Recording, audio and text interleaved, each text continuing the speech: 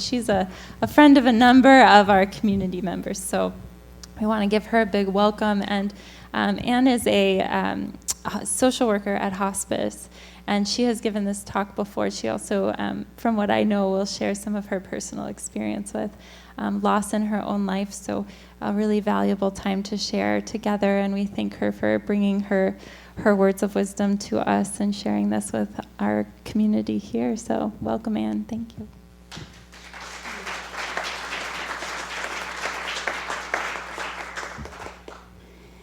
Okay, good morning, everyone. Hope my voice stays with you. I had lost my voice on Friday, but I'm finding it again. So, yes, thank you very much for allowing me to come here and talk to you today about something that I'm very passionate about, which is death and dying. For 12 years, it has really been an honor and a privilege to serve patients of all ages who were dying and their family members. Okay, I need to move this a little bit. It's in my way. Sorry. Over the period of time, one thing I've really learned for certain, the number one cause of death, they figured it out. Birth. Sorry. If you're born, you are going to die. Hopefully, there's a lot of quality of life and living in between, but that doesn't always happen that way either.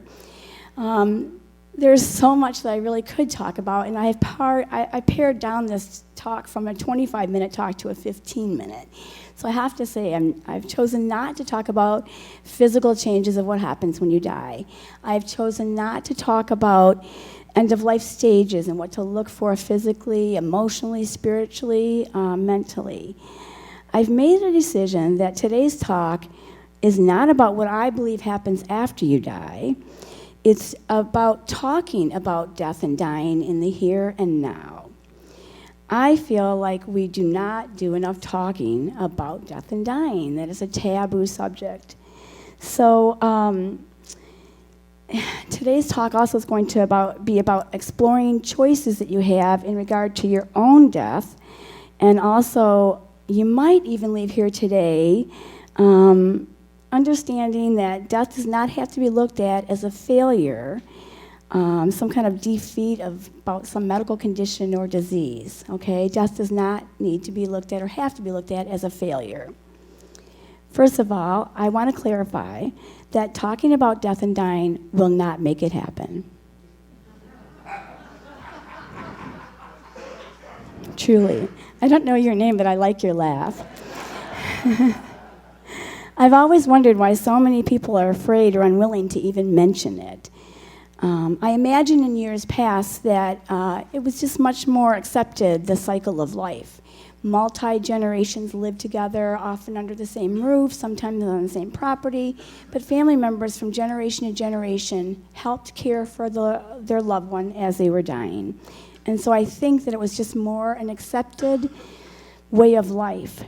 Today, however, I believe that we often shelter not only our children but ourselves from death and dying. We often pay caregivers to come in and kind of take care of the messy jobs, and often either we're forced to or we have to, or we make a decision to put our loved ones in nursing homes, assisted living facilities, independent living facilities. We try to do the best we can to make sure that they're nice places, but often we're paying other people to take care of our loved ones. Many people shelter children in particular from death and dying and from the process. I think that might be an injustice to the children that we're raising, because then they become adults who are afraid of death and dying and who don't know what to do when a loved one is declining and dying, especially if it's not a sudden death but like a terminal illness. Death is such a taboo subject. We often are unable to even say the word death or dying. We bring up, there's all kinds of euphemisms for saying the word. Imagine, now I worked for 10 years, the first 10 years in my hospice career, I worked with pediatrics and prenatal families who were experiencing the death of a child. And often I work with the siblings. But even in the adult world of hospice, I also work with the whole family as a unit of care. So often I'm working with children who are experiencing the death of a parent or a grandparent that they're very, very close with. Can you imagine if a child either overhears a parent saying, maybe on the phone they're talking to somebody, Well, we lost Grandma today. Eileen's gone. Grandpa found his reward last night. Mom's in a better place now. Aunt Jane's not with us anymore. Megan has passed. Now that might be comforting, these words, to an adult mind, but it certainly can be very confusing to a child. To me, none of these statements really represent that somebody has died. Their heart has stopped, they are no longer breathing, their body is not working, they are dead. Now, leading up to dying, it can be even more difficult to talk about than death itself. In my hospice work, I constantly run into situations where I call it the standoff.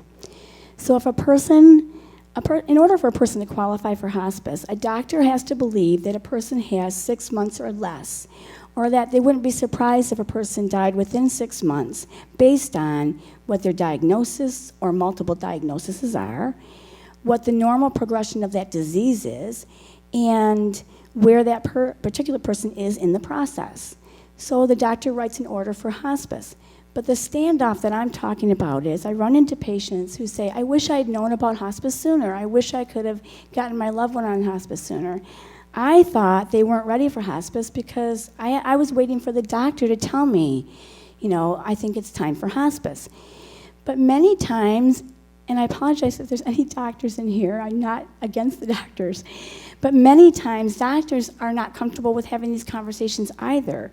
So they kind of wait for the family to say, do you think it's time for hospice?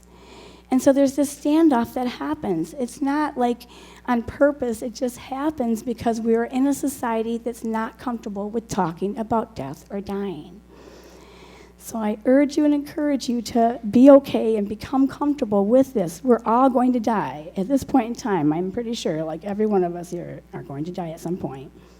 I promise you. So during that standoff period of time, I feel like there's a lot of wasted time that when a patient could really become more comfortable possibly. They could be receiving like expert pain control and symptom management at a time that they're not because of that standoff. So I'd like to explore a couple of choices, some of the choices that you might have when it comes down to your time. You can choose medical treatment or comfort care. You can make decisions about your final arrangements, about burial. Do you want cremation, a home funeral, green burials? There's all kinds of decisions and choices that you can make to have some control over your own end-of-life care. You can put your wishes in writing, and you can have discussions with your family. If you do not like the care that one hospice is giving, you can choose to go to another hospice. A lot of people don't know this. And in fact, you can choose the original hospice. Sometimes different medical systems think you have to choose one particular hospice. You don't. Anything that you choose, you can also change your mind on, okay? So let's talk for a second about DNR. That does not mean the Department of Natural Resource. In my world, when I see DNR, it means do not resuscitate. Now, it's a topic that, again, a lot of people don't want to look at, but it's such an important topic. Advanced directives are extremely important to have, and if you choose not to have one, that's a choice too. You're just making the decision that your family members have to make the decisions for you when you can't make them for yourself. I'd like to discuss a little bit about advanced directives, and I brought with me the 5 Wishes book. Some of you may have seen this before, some may not have. I actually brought some extra copies just in case anybody wanted some. But this is a book that's become pretty popular in a lot of the states. 42 states right now, it's a legal document. In order for this to be legal in the state of Michigan, there's a form that the advocate who is accepting responsibility for being the patient's advocate has to also sign. And also with advanced directives, you really, and again, I hope there's no, well, if there are any attorneys here, I'm not trying to take away business from you. There's many different forms that are legal, okay? However, in the state of Michigan, you don't have to have an attorney to create a medical power of attorney. You need 2 witnesses who are not part of your medical team and not part of your immediate family. And it's detailed in this book. For your durable power of attorney, which is financial, you also need a notary.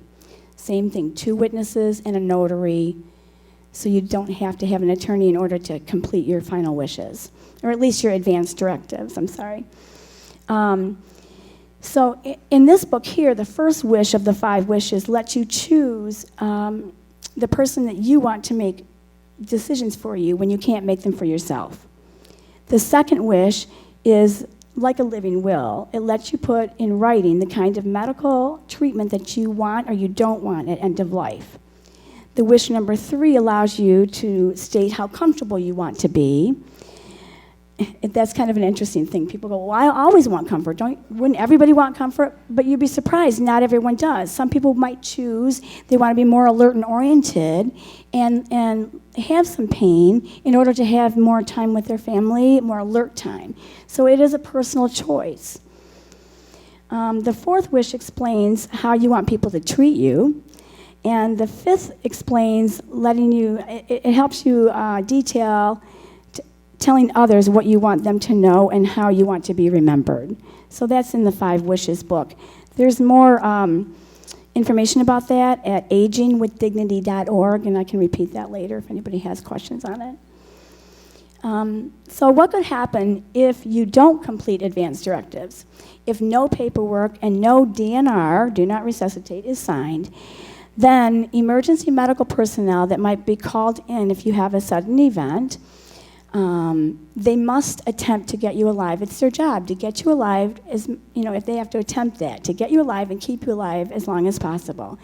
Often that does involve breaking ribs, puncturing lungs, and intubation often occurs. Once a person is intubated, if they've survived that long, sometimes no matter what, it's going to be futile. However, if intubation occurs, then the person cannot breathe on their own. A breathing tube is breathing for them.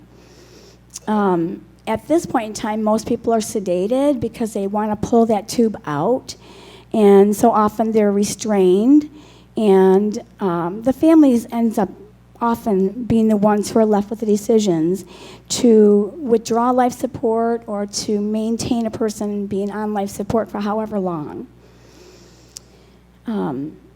At that point in time, they really cannot eat on their own. They can't drink. They can't talk. They are living on life support.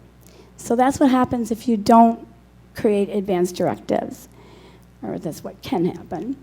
Communication is truly the key for having your wishes met. Put them in writing and let people know what it is that you want or what you don't want. When do you guys think that advance directives should be completed? Age 18. 18. A lot of people think you need to wait until you have a hospice diagnosis, till you know that you're dying, or till you're on your deathbed, to start telling people what it is that you want. The truth is, and especially with HIPAA today, the HIPAA laws, like young adults are off in college and then maybe get into an accident, something happens, they go to a hospital. It's much more difficult to even get information about your own child if they're an adult. So it's important to have the conversation, set the example for the young people in your life. Create the advance directives. Don't be afraid to have the conversations. And, it's a great time to actually come together and find out about each other. You can tell your adult child, this is what I want to have happen when I, am dying. If I end up in a situation where I can't speak for myself, I want you to know. And I'd like to know, what do you want? Now, these things can be changed later. Say you're, as a parent or a grandparent, maybe you're the advocate for that person. And then later, it could be changed to their partner or whoever they want to be their advocate. So these things can be changed for sure. Education is truly the key to death and dying. It's physical changes and its processes. It's important for people to know the myriad of choices that you might have when it is your time. It is very difficult, however, to educate people in a society where talking about death and dying is so taboo. Unless you or a loved one that you know is on the threshold of dying and you are willing to talk, and at some point to talk about it, or unless you happen to be here at Interfaith today. What if we were to reframe how we think about death and dying? What if we were to look at the process as fascinating? If we were to look at it ourselves and decide we want to learn by this process and not be afraid of looking at it, not be afraid of talking about it, how much could this teach us if we approach it in that kind of a way? I mean, who taught us, how we feel about death and dying? Our parents, families, society? One thing that I do know, kids take their cues from the big people. How we handle death and dying is how they handle death and dying. I think it's an injustice, which I said before, to not deal with death and dying with our young people. So what if we make it okay to talk about it by approaching our family and friends with the conversations? Let the kids overhear. In fact, let them take part in the conversations. What if we don't shelter our children and or ourselves from the reality of death? So when my sister Eileen died in 2012, it was March of 2012, she was 59 years old, I was at her bedside up in Seattle. I felt sad. I still feel sad, and I grieve that she's not here. But I also feel peace. I felt joy at the time of her death. She had completed advance directives. She had let all of us in our family know. We had had conversations for a year and a half about her eventual death. And we honored her wishes. We honored, her choices and her decisions. And I still feel at peace, even though I grieve the fact that she's gone. When my brother, in September of 2013, was at his deathbed, I ended up being at his bedside. He ended up on life support. He would not and could not tell people what he wanted. It was much more difficult. He had not told us and would not tell us. He had not completed advance directives, and it was a very difficult decision to make to withdraw the life support on my brother. 9 months ago, yesterday, my husband died of a sudden heart attack. He did not end up on life support because I carried out his wishes. When the emergency medical people came to my house along with the police, there were advance directives. Thankfully, I was able to put my hands on them. And we had had many, many conversations, and I knew what he wanted and I knew what he didn't want. So I did use the advance directives that we had completed, and while I never wanted him to leave, I let him go because I loved him that much. So how can you take action for yourself and for others? Have the conversations. Talk, talk, talk. Educate yourself about the dying process. Clarify your desires and your needs. It can be a true gift, not only to yourself, but to your family. Don't wait until you're on hospice or on your deathbed in order to talk about this. In my opinion, I think that we can really help ourselves and each other through this natural process of death. I also think that we can show by example to the young people in our lives how to live and how to die with grace, dignity, and respect. It does not have to be bad. It does not have to be a failure, only if we tell ourselves it is so. I will leave you with a poem that I memorized on a gravestone when I was 9 years old. I've always been fascinated with death and dying. Remember, friends, as you pass by, as you are now, so once was I. As I am now, you soon shall be, so prepare for death and follow me. Namaste.